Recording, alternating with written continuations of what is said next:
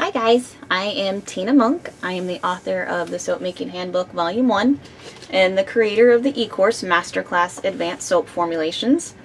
I am doing a beginner series of short videos for those that are just brand new to soaping, and I am breaking down each step into short videos. And today's video we are just going to go over just some mold options that you have and the supplies that you need to make soap. Okay, and I'm going to show you everything that I have and everything that I use, and we'll go over things. If you have questions, please let me know. Okay, comment on below, ask in my Facebook group, Soap Making and Business Coaching, whatever you need. If you ask in the group, more people learn that way too. Okay, so let's just start with molds. Now you have several options for molds. If you don't have the funds immediately available for everything, there is a lot of grocery store options, dollar store options. You can peruse those. Silicone molds are used a lot. I do not happen to use them very much. This is actually one that I made my first soap in, and I didn't like it. I'm just showing it as an example. If you have something like this, you're going to need something to brace it, something else to put it in to make sure the sides don't bow out. And also you can get silicone molds that are just like the individual shaped ones. And if you use something like this, you're going to need to have something sturdy underneath it, some sort of wood or pan, whatever you have. Okay, just make sure that if you whatever you use is not aluminum. Okay, if you have not watched the life safety video, please go do that first.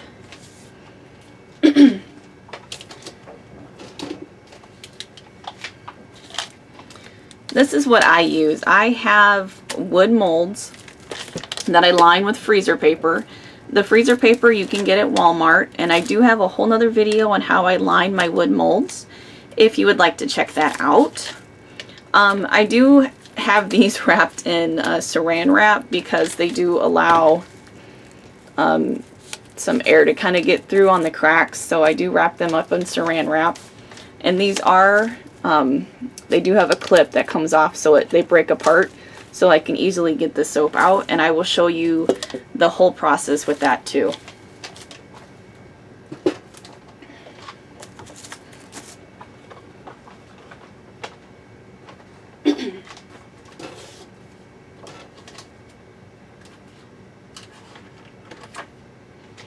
Alright, one thing you're going to want to get eventually, if you don't have one, if you do already have one that you use in your kitchen, make sure that you keep it separate. Anything that you use for soap making, you need to keep it separate from your food making. If you have an extra area or a different place that you can make soap in, that's a really good option. I happen to have a downstairs kitchen that I use for my soap lab. I highly recommend the Crock-Pot brand of Crock-Pot. This, they last me a very, very long time. I did end up getting a Hamilton Beach once, and I used it I think 2 or 3 times to make soap, and it all got etched inside of it, and it was white, and I was just horrified at that. So I went back to Crock-Pot, and I don't use anything else. I do happen to make all of my soap in the Crock-Pot. My cold process, hot process, liquid soap, everything, I do it in the Crock-Pot. You can melt oils in the microwave and whatnot, but I just prefer the slow heat, melt my hard oils in here, and then make it that way. But sometimes if this is too heavy for you, sometimes with lifting the Crock-Pot up and out, if that's too heavy for you, you're going to want to use different options, like different containers to mix that in. I also do use a scoop, like a spatula type scoop, like just like this.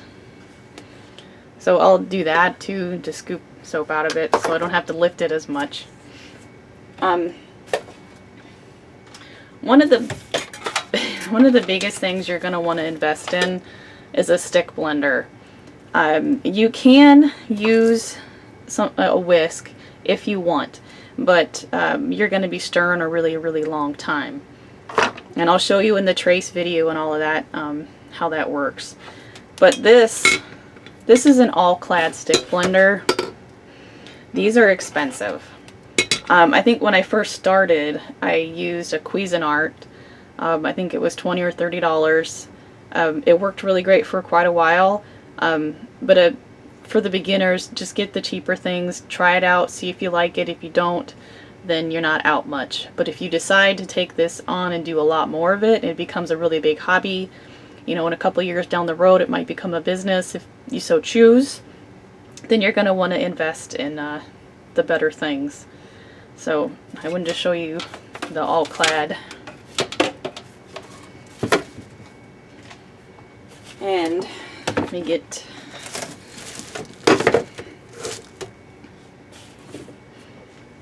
the scale. This is a KD 7000 scale. I highly recommend getting a really good scale.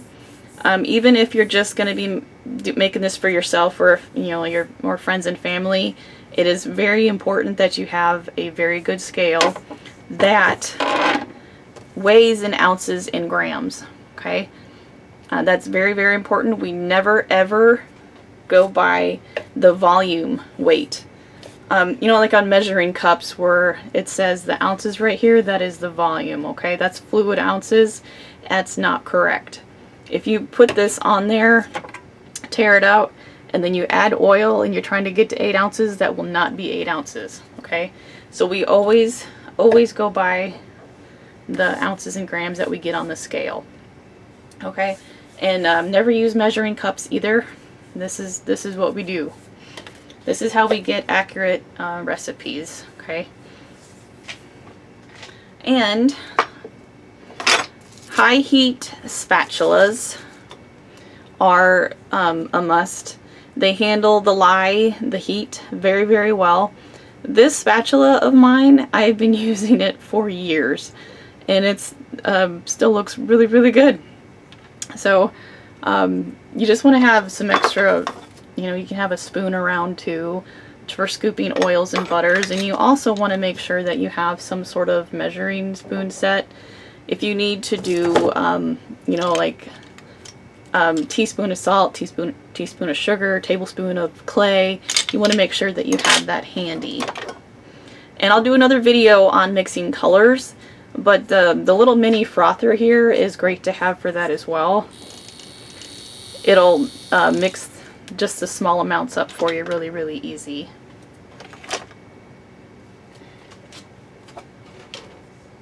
And also, like I showed you, I don't use this for measuring, but I do use it for pouring. I will set it on there and then use that to weigh out my oils and butters and then put them in the crock pot. And for glass bowls, these are a must if you're going to be using essential oils or fragrance oils for your scents, for your soaps. The glass bowls are the only thing that will stand up to the fragrance oil and the essential oils. If you put those in a plastic cup or a styrofoam cup, it will eat through it and you'll end up with a huge mess on your counter. Okay, so that is a must. And some other options are a soap cutter, something to cut your soap with.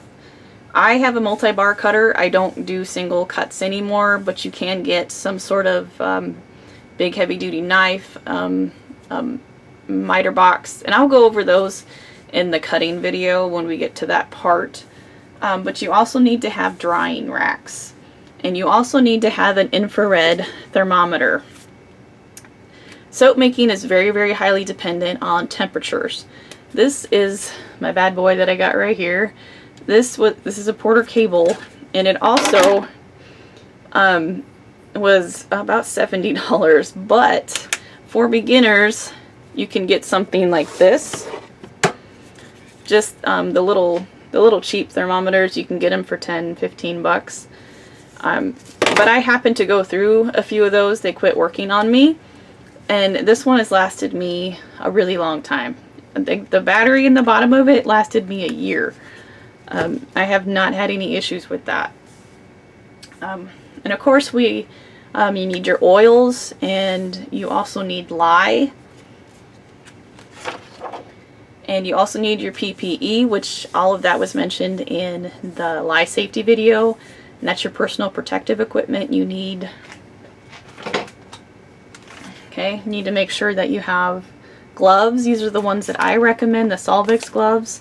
Versatile chemical protection gloves. This is a must. You need to have some sort of gloves on. If all you can get is like the Playtex ones or something like that, then you know that's better than nothing. And also need to make sure you have goggles and your mask. Okay, that's all your personal protective equipment.